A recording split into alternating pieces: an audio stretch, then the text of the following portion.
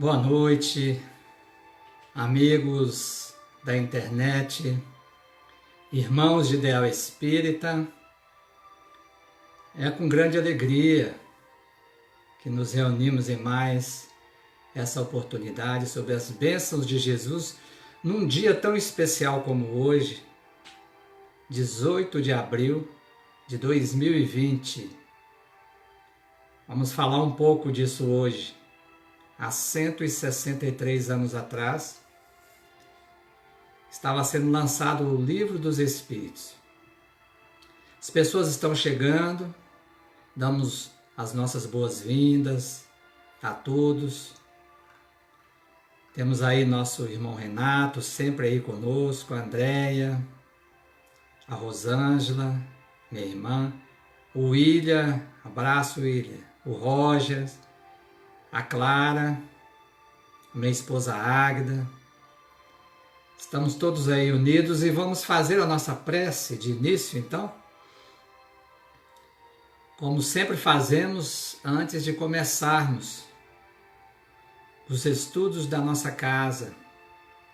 E eu sei que em todas as casas espíritas também essa prática é realizada como forma de nós entrarmos em sintonia com os amigos espirituais que nos assistem nesses momentos. Vamos então aquietarmos, fecharmos os nossos olhos, abrirmos o nosso coração e com imensa gratidão, Senhor Jesus, agradecermos pela bênção de mais um dia, pela oportunidade do congraçamento com os amigos dessa imensa família espiritual a que pertencemos, Senhor. Que na noite de hoje, nossa singela reunião possa se transformar, Senhor, em um foco irradiador das Tuas bênçãos, que são pródigas sobre todos nós. Para todos os que necessitam, doentes do corpo e da alma. Que as reflexões desta noite possam alimentar os nossos espíritos tão necessitados, Senhor, de compreender os desígnios do nosso Pai Celestial. Muito obrigado, Mestre amado. Continua conosco, hoje e sempre. Que assim seja.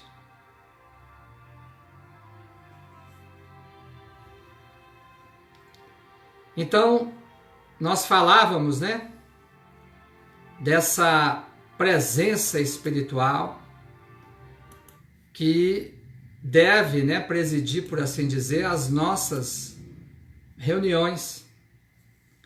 E hoje temos um motivo, assim, muito especial para estarmos reunidos nesse momento de estudo, de reflexão, num tempo tão importante para a história da evolução do homem na Terra, um tempo de transição, em que estamos participando da construção de um novo tempo com as bênçãos do Cristo de Deus.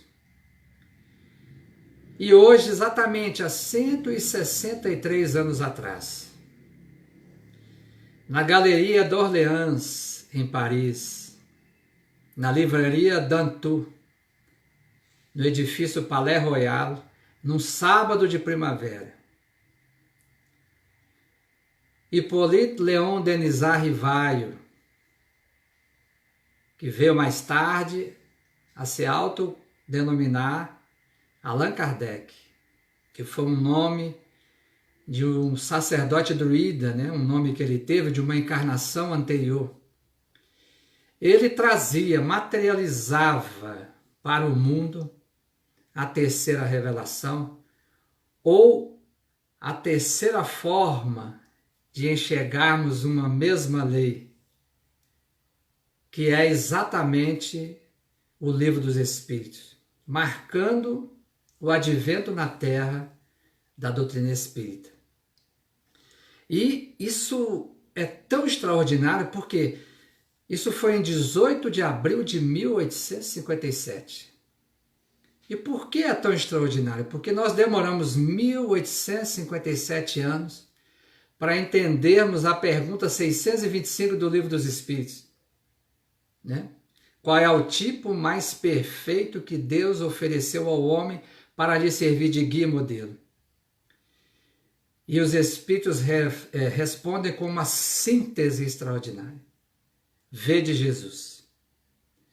A doutrina espírita nos apresenta o mestre sobre uma nova faceta. Não mais um líder religioso, que absolutamente ele não foi, não no sentido da religião institucionalizada do mundo, mas como um pastor de almas, como um irmão maior, como o governador planetário, que está nos assistindo com todas as potências do seu ser e seus emissários, nesse momento tão importante que a Terra atravessa. Então eu pediria a todos aqui hoje, inclusive na nossa prece de agradecimento ao final da nossa exposição, mas antes também de nos recolhermos ao leito, antes de adormecermos, que nós orássemos a esse apóstolo, verdadeiro apóstolo de León, mestre Allan Kardec. Porque se não fosse o trabalho hercúleo desse homem, que fez São Luís dizer que a fé que ele tinha era daquelas que realmente removia a montanha de todos os obstáculos. Se não fosse ele, não estaríamos aqui hoje. Não estaríamos suportando esses tempos com esse olhar de lucidez e discernimento que a doutrina espírita nos dá, nos confere. Então vamos compreender isso e mais, por que nós trouxemos esse tema, que buscais? Que é uma fala do Evangelho de João, capítulo 1, 38.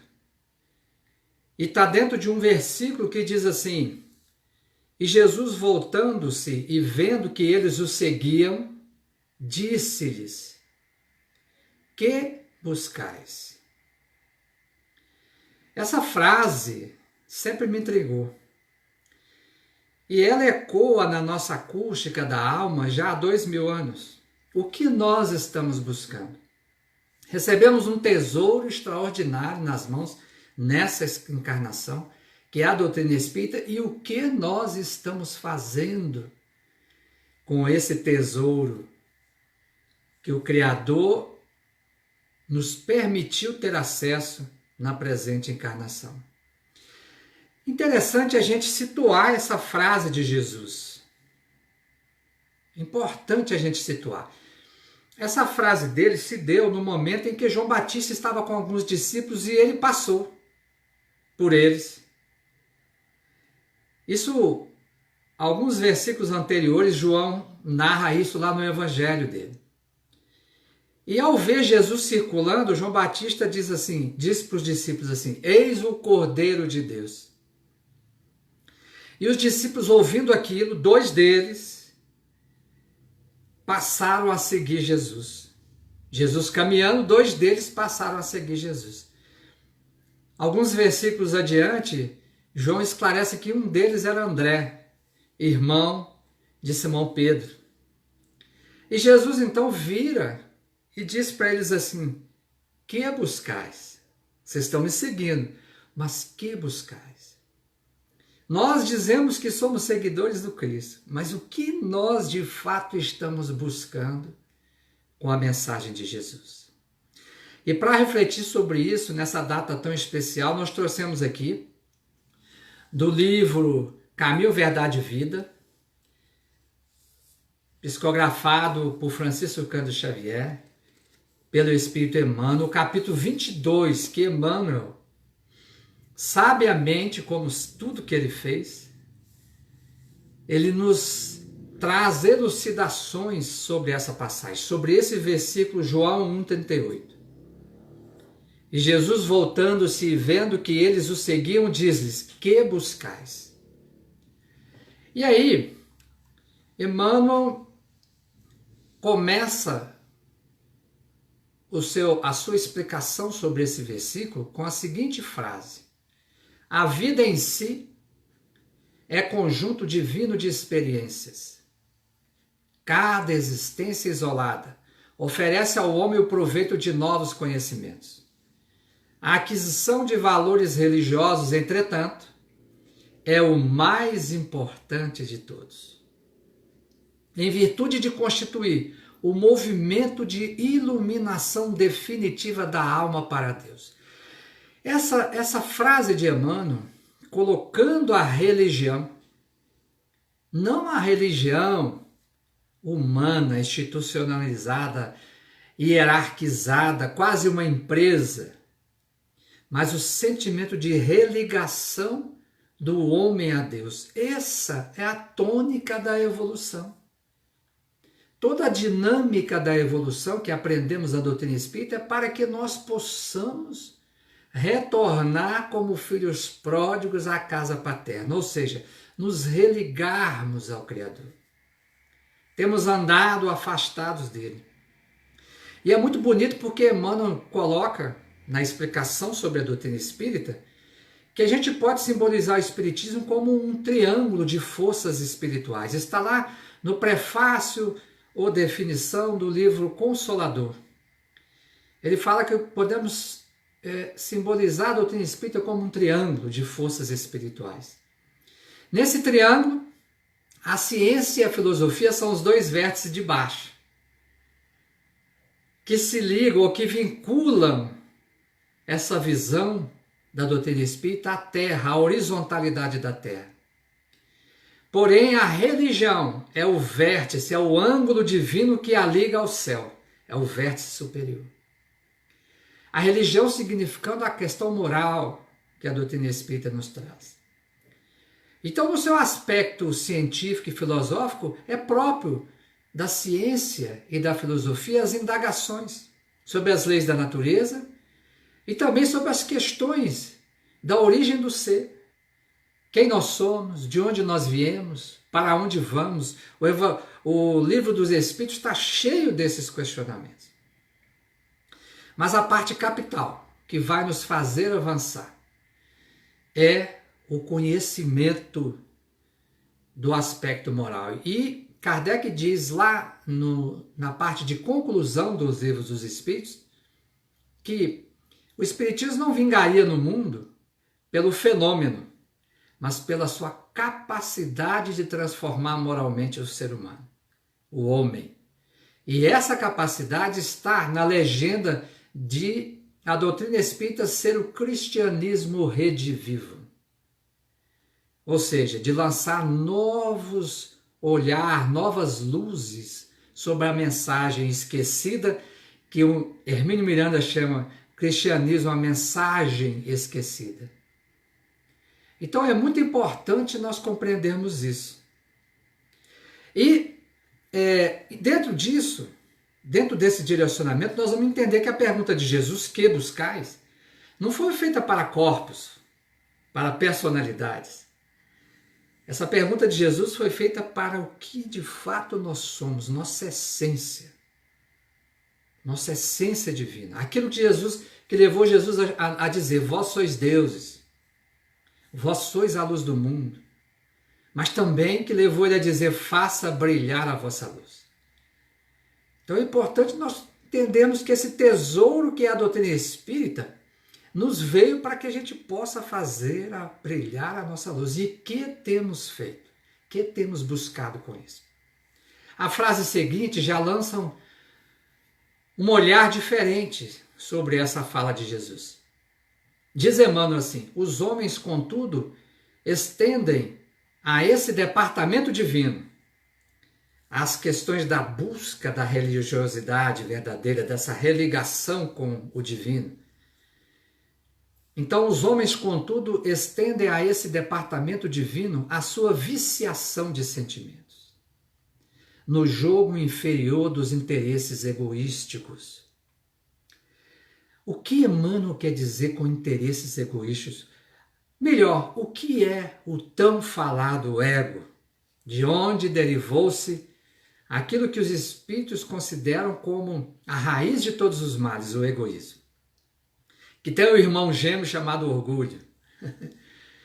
Os dois formam uma turma que são, digamos assim, os nossos adversários no que Paulo chamou de bom combate. Vamos entender o que é o ego com Leon Denis. Lá no livro O Problema do Ser, do Destino e da Dor, no capítulo 20, As Potências da Alma, Leon Denis diz o seguinte: ele considera que na alma, em toda a alma humana, existem dois centros, ou melhor, duas esferas de ação e de expressão. Uma delas é controlada pela outra. Uma controla a outra, mas são duas esferas. A primeira delas é a que manifesta a personalidade, ou o que ele chama de eu, que nós podemos chamar de ego. A personalidade. Com suas paixões, suas fraquezas, sua mobilidade aqui no mundo, sua insuficiência, sua insegurança, sua falta de fé. Mas também com movimentos em busca de esperança, com suas reflexões. Então, essa primeira expressão visível, por exemplo, quantas personalidades nós já tivemos? Quantas vidas, quantos corpos nós já animamos? Cada corpo que animamos, temos um nome, falamos um idioma, constituímos uma família, temos uma profissão, uma habilidade a desenvolver. O conjunto dessas personalidades vão se somando às experiências que elas propiciam e até chegar no que nós somos hoje. O ego Emmanuel. A personalidade Emmanuel. Mas será que isso sou eu?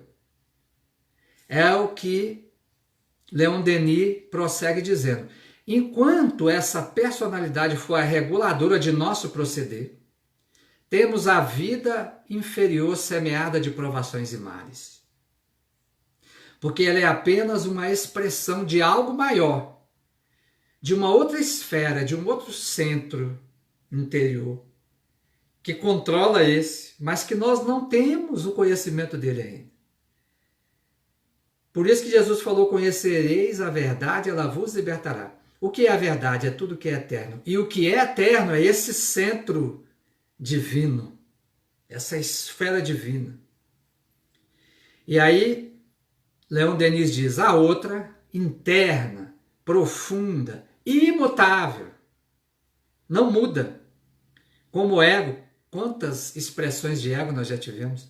A outra não muda. É ao mesmo tempo a sede da consciência, a fonte da vida espiritual, o templo de Deus em nós, nos lembrando de Alta de Souza: volve ao teu templo interno e abandonado, a mais alta de todas as capelas. É somente quando este centro de ação, esse ser interior, essa centelha divina, é somente quando esse centro de ação domina o outro, o ego, quando suas impulsões dirigem ou nos dirigem, é que se revelam nossas potências ocultas e que o espírito se afirma em seu brilho e beleza. É a esse centro divino que Jesus fez a pergunta: que buscais? Então nós precisamos compreender. Nós precisamos mergulhar, sair da esfera, transcender essa esfera da personalidade, para que nós possamos ir nesse centro imortal, que não muda, onde as nossas potências divinas, nossas virtudes lá estão.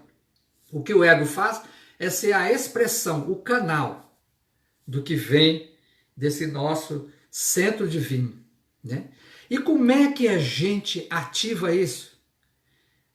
Diz Leon Denis assim: por um perpetuamo-nos, que é o ego, em mundos materiais, onde tudo é inferioridade, incerteza e dor. Pelo outro, o centro divino, temos entrada nos mundos celestes, onde tudo é paz, serenidade e grandeza. só pela manifestação crescente do Espírito Divino em nós, que chegaremos a vencer o eu egoísta, ver os interesses egoístas que Emmanuel fala, que turvam a mensagem de Jesus, a associar-nos plenamente à obra universal e eterna, a criar uma vida feliz e perfeita. Por que meio poremos em movimento as potências internas e as orientaremos para um ideal elevado? Pela vontade. Eu preciso querer. Eu preciso desejar. Mais do que isso, eu preciso colocar isso em prática. O desejo está no campo da ideação. Somente a vontade pode fazer com que aquele desejo se concretize. É por isso que Paulo, quando dizia assim, gente, o mal que eu não quero, eu faço. O bem que eu quero, eu não faço. Ele falava dessa luta entre o ego e o ser divino.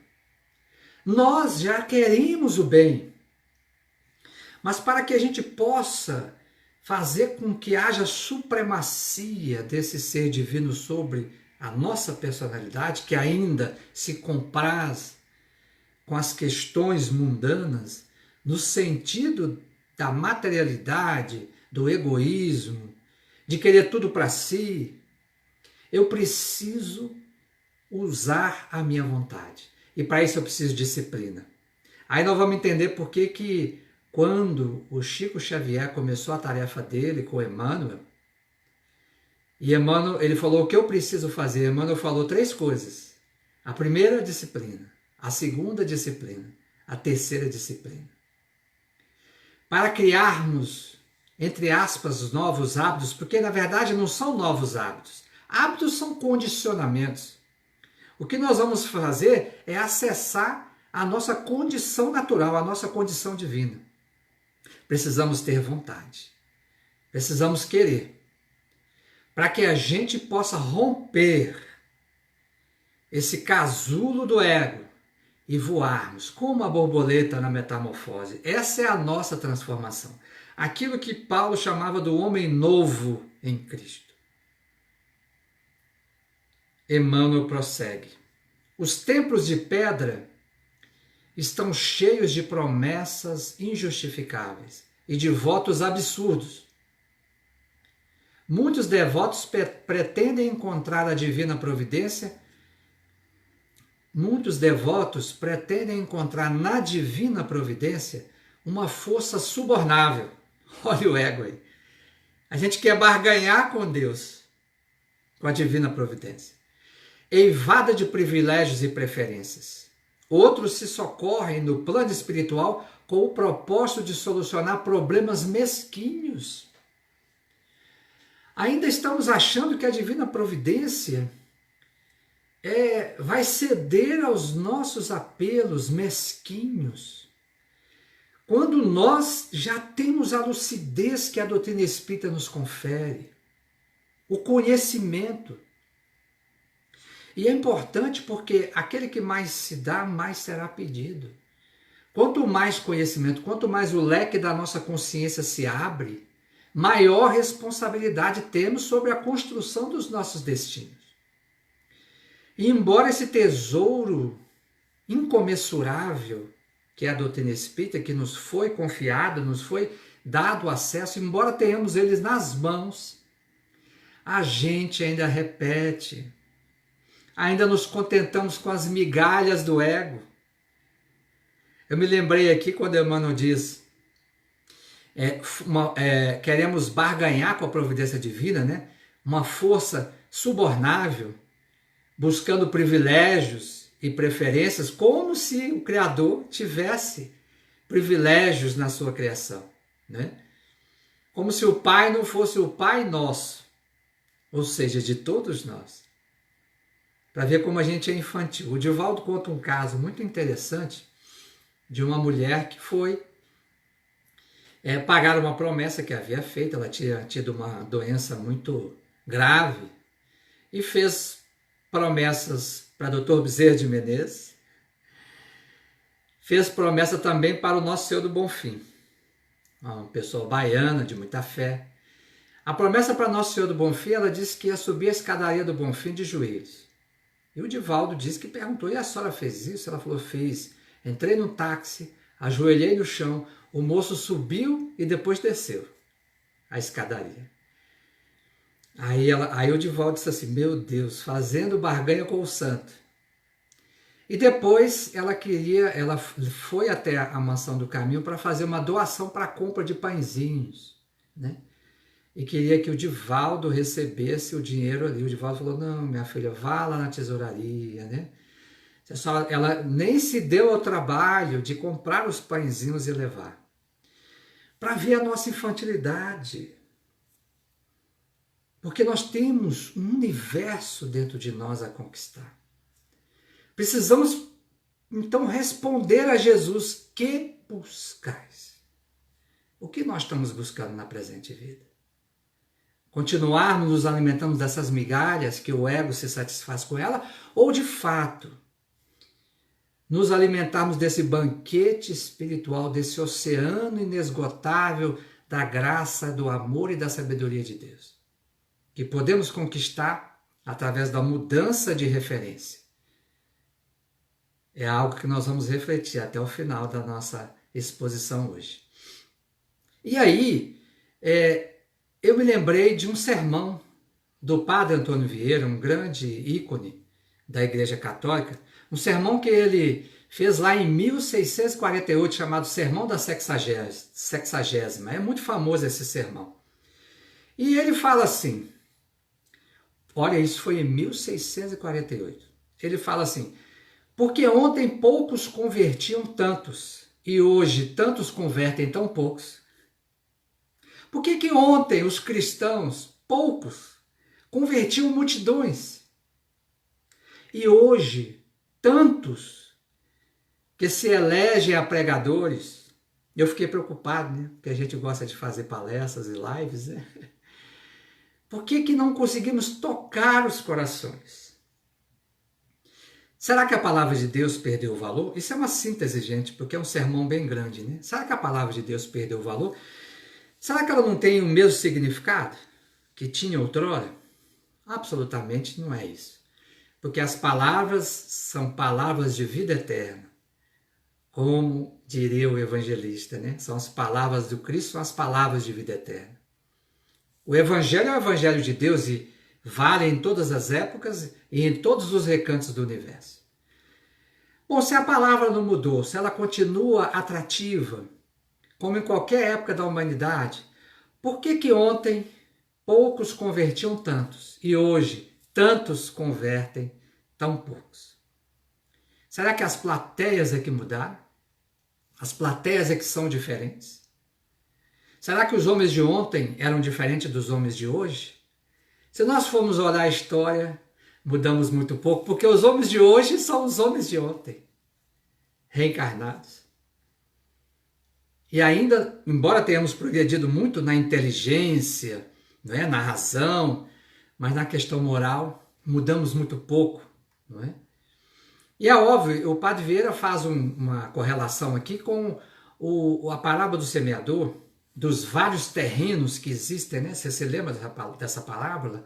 Algumas sementes caíram fora do caminho, outras caíram nos espinheiros, outras foram levadas pelas aves do céu, os espinhos sufocaram outras caíram nas pedras e algumas caíram em terra fértil. Esses terrenos continuam até hoje porque são os terrenos ainda a serem cultivados nos nossos corações. Então, se a palavra é a mesma, as plateias são as mesmas, por que ontem poucos convertiam tantos e hoje tantos convertem tão poucos? E ele então diz, talvez o problema esteja naquele que prega. Será que nós, quando falamos, estamos sentindo o que estamos falando? E como é que eu sinto o que a gente fala? Como é que eu posso sentir o que eu falo se eu não experimento na minha vida aquilo do qual eu estou falando? Este é um dos sentidos de interpretação que Jesus está dizendo, que buscais? Você tem um elixir maravilhoso e você fala dele em verso e prosa, mas você não utiliza ele na sua vida. É como uma receita médica. bonita, cheia de proposições para a saúde, eu deixo em cima da mesa e não uso as medicações. Então é hora da gente tirar o evangelho da estante do intelecto, e descermos para o campo de ação que está nos nossos corações. Aí eu vou estar começando a compreender o que é seguir Jesus, como aqueles dois iniciantes estavam seguindo. Mais tarde, eles acabaram aceitando já na Galileia o convite de Jesus e doaram a própria vida em torno da causa. Então, nós estamos como eles. Ainda estamos seguindo, né? Como diz lá na minha terra, em Minas, igual biscoito de polvilho, fazendo tanto barulho, mas não enche a barriga. Não estamos nos nutrindo espiritualmente. E aí, eu me lembro aqui de Célias Lúcius, né? Que reencarnou no romance Renúncia como Alcione. E um dia, conversando num diálogo com Cirilo Davenport, a família Davenport, num culto do Evangelho, porque ela costumava fazer, ela tinha aprendido com o padre Damiano a estudar o Evangelho por versículos, e o padre Damiano era a reencarnação de Emmanuel, né? Por isso é que Emmanuel faz essa série belíssima do Evangelho, analisando versículo por versículo, ele já tinha aprendido lá atrás. E ela diz assim: o Evangelho, em sua expressão total, é um vasto caminho ascensional, cujo fim não poderemos atingir legitimamente, sem conhecimento e aplicação de todos os detalhes. Muitos estudiosos presumem haver alcançado o termo da lição do Mestre, com uma simples leitura, vagamente raciocinada. Isso, contudo, é um erro grave. A mensagem do Cristo precisa ser conhecida, meditada, sentida e vivida. Como eu posso falar de algo que eu não vivo? É por isso que a nossa fala não toca os corações. O padre Antônio Vieira estava certo, já em 1648. Porque ela não sai com a energia de quem viveu. Eu me lembrei aqui da nossa querida irmã Ila, com quem aprendemos tanto, quando ela dizia que na comunidade Nova Jerusalém, lá em Fortaleza, o padre Caetano, que fundou a comunidade, o quarto dele ficava de frente para a favela. E um dia ele, sempre pela manhã, estudava o Evangelho.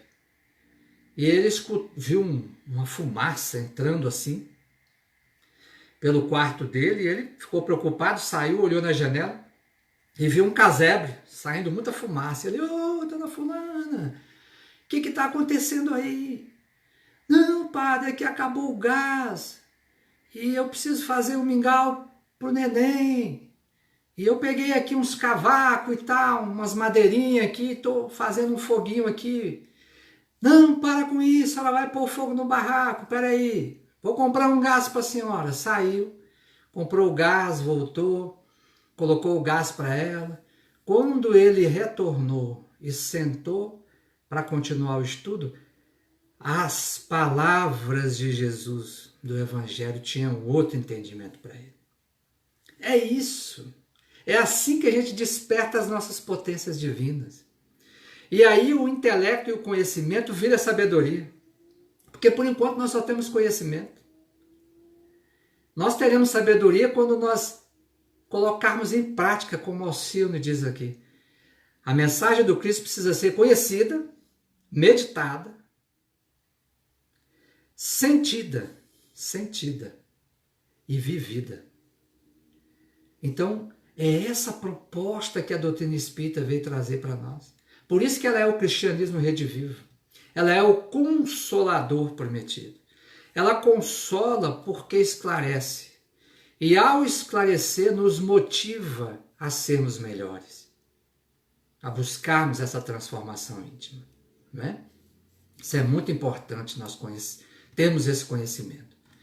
E o próximo item da mensagem de explicação de Emmanuel diz assim: esquecem-se, né, de que o Cristo ensinou e exemplificou. A cruz do Calvário é o símbolo vivo.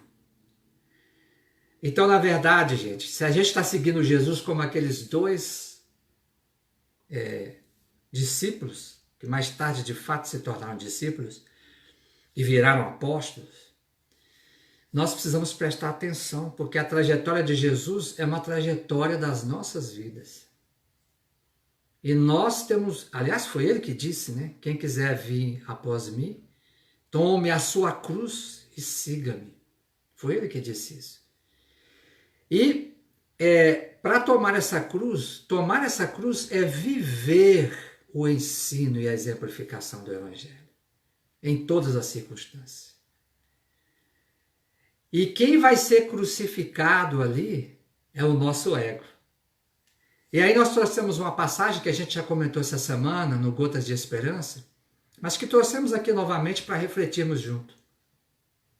Uma passagem que está no livro Instruções Psicofônicas, A Lição da Cruz, de um pastor Osias Gonçalves. Essa mensagem foi dada numa quinta-feira santa, antes da sexta-feira, através da psicofonia abençoada de Francisco Cândido Xavier. E um trechinho que trouxemos aqui, ele diz assim: é imprescindível renunciar ao reconforto particular, para que a renovação nos acolha. Renunciar ao reconforto particular é renunciar ao bem só para nós. Porque o benfeitor Sanzio, na obra Ação e Reação, de André Luiz, ele explica a André Luiz que o bem é quando queremos a melhoria, a segurança, a paz, a harmonia para todos. E o mal é quando queremos a melhoria, a segurança, a paz e a harmonia só para a gente. É o processo do ego. É esse ego que nós temos que destronar. E nós só conseguimos destronar esse ego através do outro, deslocando o centro de atenção só para nós, para o outro. É isso que eles estão nos chamando a atenção. É isso que Jesus quis dizer quando ele diz: que buscais? Onde vocês acham que vão chegar com a mensagem do meu Pai? Que eu vim não só ensinar através dos discursos do monte, mas viver na sua plenitude. E ele fala assim: todos nos sentimos tranquilos e sorridentes diante do sol sem nuvens, mas se a tempestade reponta ameaçadora, eis que nos se desfazem as energias. Qual se nossa fé não passasse de movimento sem substância? Acomodamo-nos com a satisfação e abominamos o obstáculo. Isso é tudo que o ego quer. Enquanto está confortável, a vida é uma beleza. Bastou a vida nos tirar o conforto, como ela fez agora, e pronto. O ego fica espinhoso, porque ele vê que a vida não está servindo a ele como ele gostaria que a vida assim o fizesse. E ele não vai conseguir. Nós é que devemos servir a vida. Porque se o governador planetário diz que veio ao mundo para servir e não para ser servido, quanto mais nós, que estamos querendo começar os primeiros passos para seguir esse modelo e guia que o Pai nos enviou, que é Jesus. Prossegue ele: no entanto, não seremos levantados do mundo. O movimento da cruz, né, que estava na horizontal, foi içado quando Jesus foi ali pregado, né? Ele diz assim: não seremos levantados do mundo, ainda mesmo quando estejamos no mundo fora do corpo físico, sem o triunfo sobre a nossa cruz, que em nosso caso foi talhada por nossos próprios erros. Quem está sendo crucificado ali, quando a gente vive a mensagem de Jesus, quando a gente abre mão do meu, do eu, e passamos a comungar o nosso, o vosso, deixamos de querer ter e passamos a querer ser. Quando a gente faz isso, é uma crucificação do ego. Aí nós estamos saindo da horizontalidade e estamos nos erguendo do mundo, passando a estar na verticalidade. Lembra o triângulo de Kardec? O ápice que nos liga a Deus? Esse é o movimento de crucificação do nosso ego, do nosso egoísmo, do nosso orgulho, não é? E aí ele ainda prossegue dizendo mais, tá? Quem deseja, aí já é o texto, né, do livro que estamos analisando de Emmanuel, né? Capítulo 22 do livro Caminho, Verdade e Vida. A lição que buscais. Ele diz assim: quem deseja a liberdade precisa obedecer aos desígnios supremos. Sem a compreensão de Jesus no campo íntimo, associada aos atos de cada dia, a alma será sempre a prisioneira de inferiores preocupações. Gente, uma coisa que o ego não gosta é obedecer, a não ser a ele mesmo. Porque abrir mão da nossa vontade pessoal para que a vontade do Pai seja feita é obedecer os desígnios de Deus. E nós absolutamente sentimos-nos desconfortáveis. Isso é que é a dor. Vamos ver? Olha o que o apóstolo Paulo, na pergunta 1009 do Livro dos Espíritos, lá nos comentários, ele traz uma mensagem, que ele diz assim: gravitar para a unidade divina, eis o objetivo, a finalidade da humanidade. Ou seja, nós existimos para gravitar em torno de Deus. E o que o nosso ego quer? Que a vida gravite em torno de nós. Não é isso? E aí nós sofremos. E o Paulo diz lá, Paulo, apóstolo em espírito, quem é com efeito o culpado? É aquele que por um desvio, por um falso movimento da alma, se afasta do objetivo da criação. Então, quando eu deixo de gravitar em torno de Deus e passo a gravitar, ou que desejar que a vida gravite em torno de mim, eu estou deformado. Agora a gente entende o que é a regeneração. Porque não existe regeneração se tudo tivesse perfeito. Existe regeneração porque estamos deformados. Nós precisamos retornar ao nosso estado natural de comunhão com Deus. E o estado natural de comunhão com Deus se faz através do amor.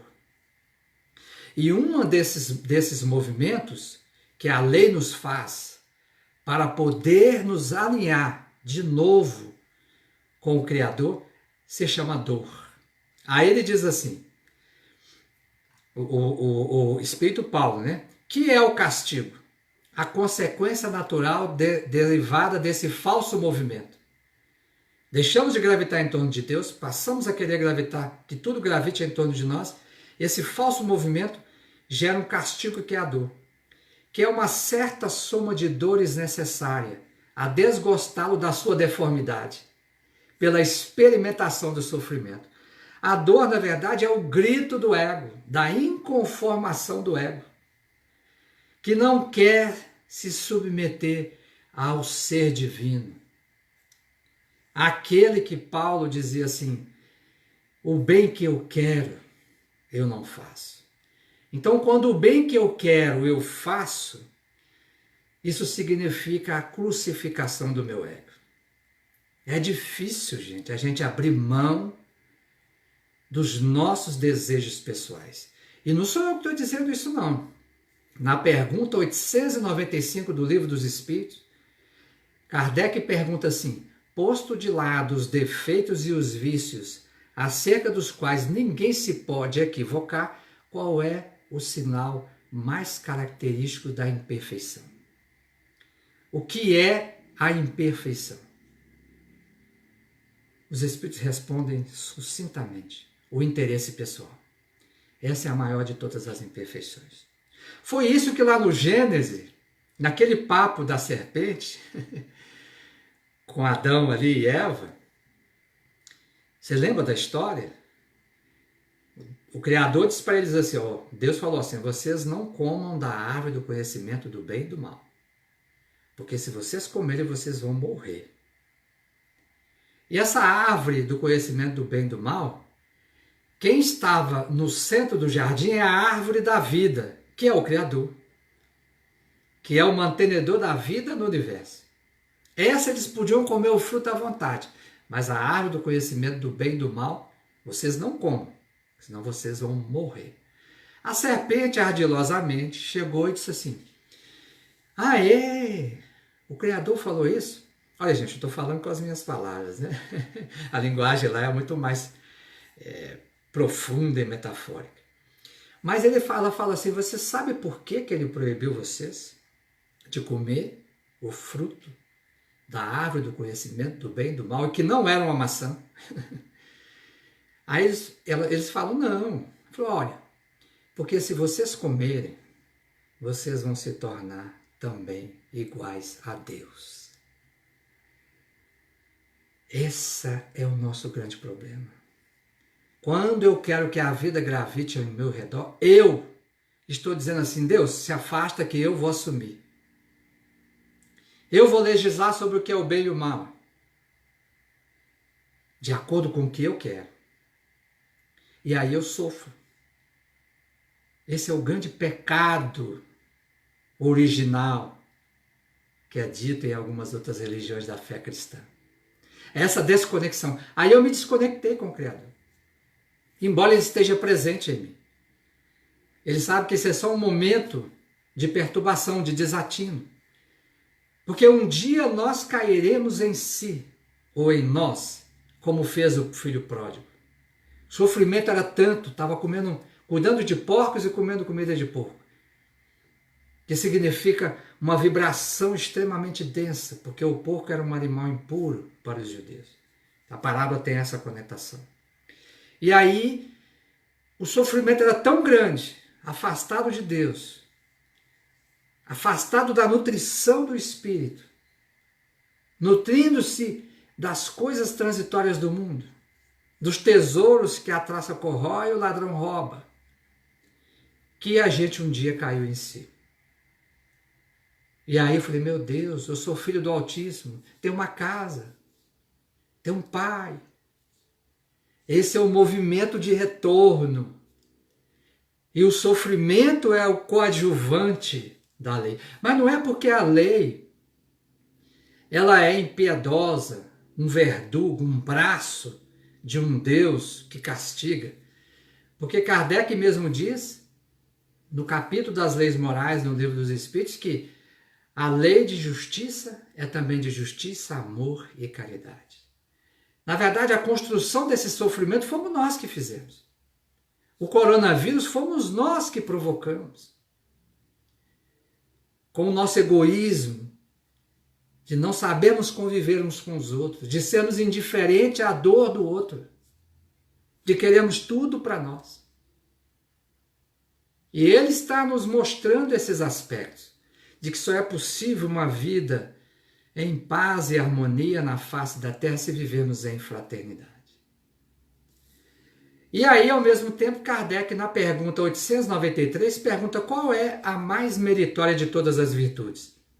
Os Espíritos dizem que toda virtude tem seu mérito próprio, porque todas indicam progresso na senda do bem. Há virtude sempre que há resistência voluntária aos arrastamentos dos maus pendores. Por isso que Kardec disse, conhecereis o verdadeiro espírita pelo esforço em domar as nossas más tendências. Que más tendências são essas? As tendências egoísticas. Por isso que a caridade é colocado como um ponto central da salvação. Fora da caridade não há salvação. Entendendo a salvação como nós realinharmos-nos novamente com a lei de Deus. E os Espíritos continuam dizendo aqui, a sublimidade da virtude, porém, está no sacrifício do interesse pessoal, pelo bem do próximo. É a crucificação do ego. Aí sim, sem pensamento oculto, ou seja, sem recompensa. Porque o ego é ardiloso, ele sempre arruma um jeito de ter uma recompensa. Nem que seja esperar ouvir um muito obrigado, E a gente escuta. Mas quando a gente escutar um muito obrigado, os benfeitores nos dizem, vamos transferir esse muito obrigado a Jesus. Porque Ele é a fonte de todas as bênçãos. Nós somos apenas canais, ainda imperfeitos. A mais meritória de todas as virtudes, conclui os Espíritos, é a que se assenta na mais desinteressada caridade. Então, gente, a nossa reflexão de hoje, ela busca compreendermos o porquê nós estamos aqui. Nesse grande educandário, né, na nossa último encontro aqui, no sábado passado, falando da Terra, né, educandário, abençoado de almas. E a proposta de Jesus para nós é nós aprendermos a voltarmos por esse caminho, a promovermos essa religação. E a doutrina espírita é um dos conteúdos mais extraordinários que nós devemos aproveitar para fazermos esse caminho, ou pelo menos iniciarmos esse caminho de retorno, né? Finalizando aqui, diz assim Emmanuel, ninguém ouvide a verdade de que o Cristo se encontra no umbral de todos os templos religiosos do mundo inteiro, perguntando com interesse aos que entram, que buscais? Acho que essa frase a gente tinha que colocar na cabeceira da nossa cama. Que buscais? Para todos os dias nós levantarmos, nós nos lembrarmos disso. O porquê que nós estamos aqui. E aqueles que muito foi dado, Jesus ainda faz uma outra frase.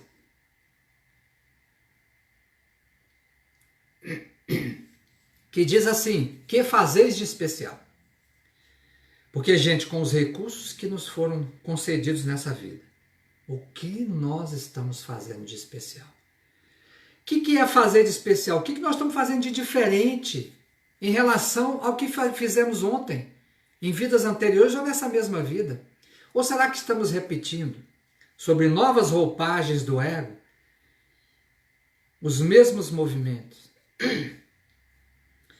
a mesma jornada, pelos mesmos caminhos traiçoeiros? E aí, por isso a gente vai entender, vamos falar do Chico, porque o Chico é alguém muito próximo de nós aqui, o Chico Xavier. Ele dizia sempre assim, escreva aí que eu sou um zero. Quando diziam para ele assim, Chico, você é o papa da doutrina espírita, ele falava, só se for a papa do angu. Eu sou um cisco. E Emmanuel, quando ele não dizia essas coisas, Emmanuel via e já dava a lição dele, né? Ao passar por um bêbado, uma vez, está em lindos casos de Chico Xavier, de Ramiro Gama, e ele baixou a cabeça para não cumprimentar, porque o bêbado, realmente, você sabe, né, uma pessoa que está alcoolizada, ele perde a noção, né, das coisas. O Emmanuel, o que o Emmanuel fez? Obrigou ele, advertiu, olha, ele notou que você não o cumprimentou, volte e o cumprimente. Ele baixou a cabeça, voltou e cumprimentou. Quando ele se comparou com um verme, você se lembra? O que o Emmanuel disse? Ele falou, Chico, como é que essa história aí está dizendo que é um verme? O verme já cumpre o dever dele. E você já cumpre o seu? Quando ele chorou pela irmã dele que estava internada no hospício, havia tido um problema mental, uma crise, né, psíquica, e ele chorou e se sentindo assim, a pessoa mais vitimada, o Emmanuel chamou ele e falou assim, olha Chico, olha, deixa eu te mostrar uma coisa aqui, o hospício está cheio de gente como a sua irmã, eu nunca vi você chorando por nenhuma delas. Todos esses movimentos, esses exemplos de Chico Xavier, era para o quê? Crucificar o ego e deixar o ser divino vir à tona. E nós estivemos, numa época muito jovens ainda, em Pedro Leopoldo. Essa época aí, no iniciozinho da década de 80, eram muito jovens, tínhamos aí 18 anos, 19 anos. Fomos com um grupo de jovens da Mocidade Espírita Maria João de Deus. E chegando lá, fomos ver o Chico nessa época, passava o Natal em Uberaba, e o Ano Novo na casa da irmã dele, em Pedro Leopoldo. E chegando lá, fomos ter com ele, naquela fila, né, enorme de pessoas para conversar, e ele estava um pouco abatido, tinha recém saído de uma crise de angina, e foi aquela alegria, né? Estava na minha frente a Fernanda, que talvez esteja nos assistindo agora, e na frente da Fernanda estava a avó dela, a dona Odete, e ela pintou um quadro maravilhoso do Chico psicografando e entregou o Chico. Eu estava do lado, gente, eu vi, o Chico abriu, eles já tinham, a família deles já se conheceu de muito tempo em Pedro Leopoldo. O Chico ficou emocionado, virou assim o quadro mostrando para as pessoas, olha gente, essa pintura ficou mais bonita do que a original. Aí ela seguiu e a companheira Fernanda foi falar com ele. E talvez porque ele estava um pouco cansado, recostado na poltrona, ela segurou as mãos dele e foi agachar para falar com ele. Eu estava perto, eu não sei se a Fernanda estiver aí ouvindo, eu não sei se ela se lembra disso, eu estava perto, eu escutei ele falando baixinho com ela. Ô minha filha, não agacha, senão eu deito. Porque vocês imaginam as pessoas lá atrás assistindo aquilo? Daqui a pouco estava todo mundo ajoelhando na frente dele. E depois nós fomos cantar para ele, porque a mentora da nossa mocidade espírita é a Maria João de Deus, que foi a mãe de Francisco Cândido Xavier. Cantamos um hino a Maria João de Deus, um hino belíssimo. Vem, irmã querida, guiar os irmãos seus através da vida. Vem Maria João de Deus. Cantamos, né, essa música e ele ouviu e chorou muito. E aí, quando terminou, ele olhou para nós e disse assim: eu pedi a ela a esmola da vida, e ela me deu um tesouro que são todos vocês. Aí choramos todos, né? Então esse ser divino mostra, a vida dele foi uma vida de crucificação, dos resquícios de ego que ele ainda tinha. Porque o ego, gente, em si é a expressão que precisamos ter de uma personalidade. A questão é quando eu me torno inconsciente do segundo centro de ação que eu tenho, o mais importante deles, que é o meu ser divino. E a pergunta de Jesus, que buscais, é para este centro divino. E finalizando, nos lembramos aqui de um conto belíssimo de Humberto de Campos, chamado No Caminho do Amor. Né? Esse conto, né, nos traz uma reflexão profunda de como a vida nos transforma, para que a gente possa entender a pergunta de Jesus, que buscais? Conta-nos Humberto de Campos que em Jerusalém, nos arredores do templo, uma mulher adornada de joias encontrou um nazareno, um jovem nazareno, de olhos fascinantes, brilhantes, reluzantes, como duas pérolas de luz. Cabelos que desciam delicadamente sobre os ombros, como filigranas de sol. E com um melancólico sorriso, ela fixou aquele meigo rabi com um olhar estranho e foi arrebatada por uma onda de simpatia que começou a irradiar-se dela. Levantou-se, corrigiu as dobras da túnica, muito alva, era uma bela mulher. E com um olhar indizível, de uma expressão de doçura e ternura no olhar que talvez ela nunca tivesse tido. Deixando perceber no corpo frágil a visível paixão que a havia possuída de súbito, abeirou-se do desconhecido e falou murmurando: jovem rabi, as flores de Séforis encheram-me a ânfora do coração com deliciosos perfumes. Tenho felicidade ao teu dispor em minha loja de essências finas. Indicou extensa vila cercada de rosas à sombra de um arvoredo, acolhedor, e ajuntou, inúmeros peregrinos cansados me buscam à procura de repouso, que reconforta. Em minha primavera juvenil encontro o prazer que representa a coroa da vida. É que o lírio do vale não tem a carícia dos meus abraços. E a romã mais saborosa não possui o mel dos meus lábios. Vem e vê. Dar-te-ei leito macio, tapetes dourados e vinho capitoso. Acariciar-te-ei a fronte abatida e suarenta do deserto.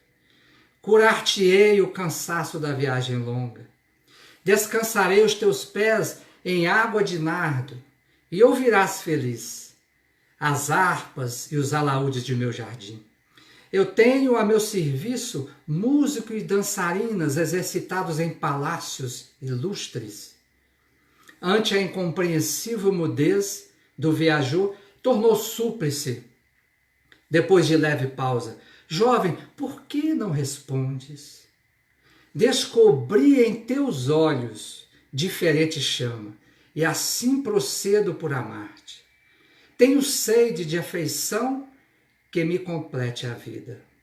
Atende-me, vem.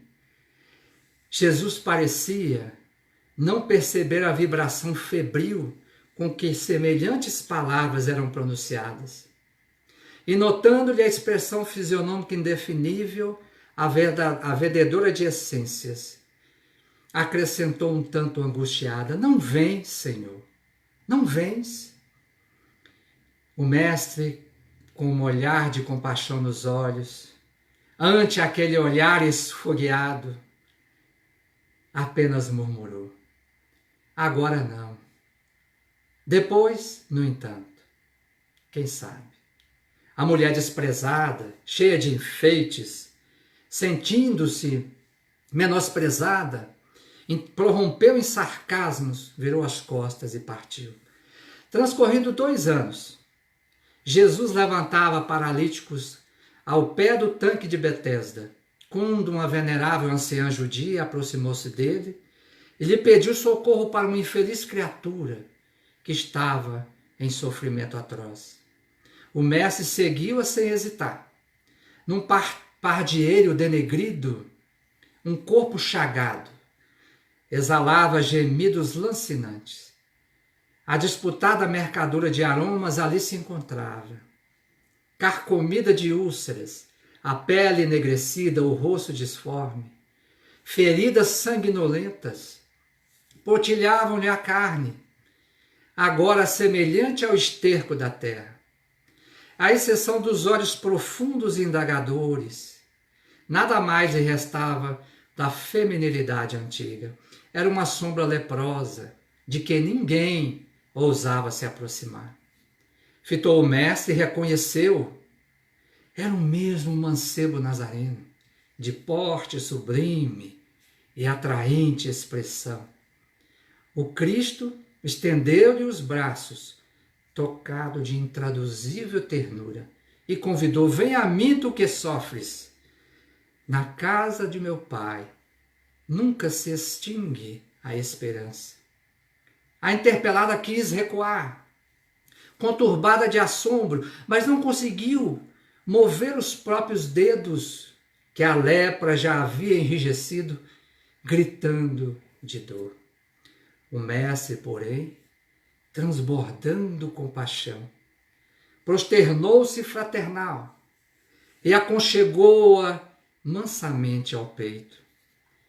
A infeliz reuniu todas as forças que lhe sobravam e perguntou com voz reticenciosa e dorida: tu és o Messias Nazareno, tu és o profeta que cura, reanima e alivia. Por que vieste agora, Senhor? Que vieste fazer junto de mulher tão miserável quanto eu? Ele, contudo, sorriu benevolente, retrucando apenas: sim, venho agora satisfazer-te os apelos.